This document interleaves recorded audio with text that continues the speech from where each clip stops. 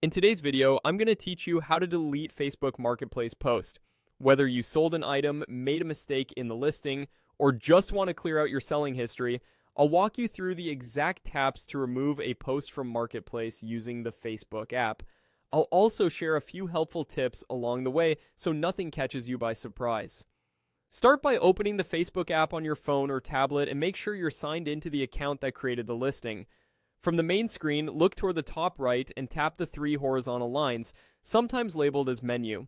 Depending on your device or app version, this icon may appear in a slightly different spot, but it's the same menu you use for shortcuts like Groups, Pages, and Marketplace. Next, open Marketplace.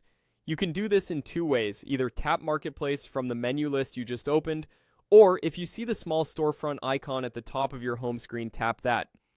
Both options take you to the Marketplace home, where you can browse items, check messages, and manage what you're selling. Once you're in Marketplace, go to your selling area by tapping your profile in the upper right corner. This opens your Marketplace dashboard, where you can see your activity, your saved items, and most importantly, your listings. This is the hub for anything you've posted to sell. Now tap your listings to view everything you currently have up for sale. Find the item you want to remove. When you see it, look for the three-dot icon on that specific listing. Tap those three dots to open the Actions menu for the item. This is where Facebook groups all the controls related to a single post so you can edit it, manage it, or remove it. From the Actions menu, tap Delete Listing. If Facebook asks you to confirm, go ahead and confirm to finalize the removal.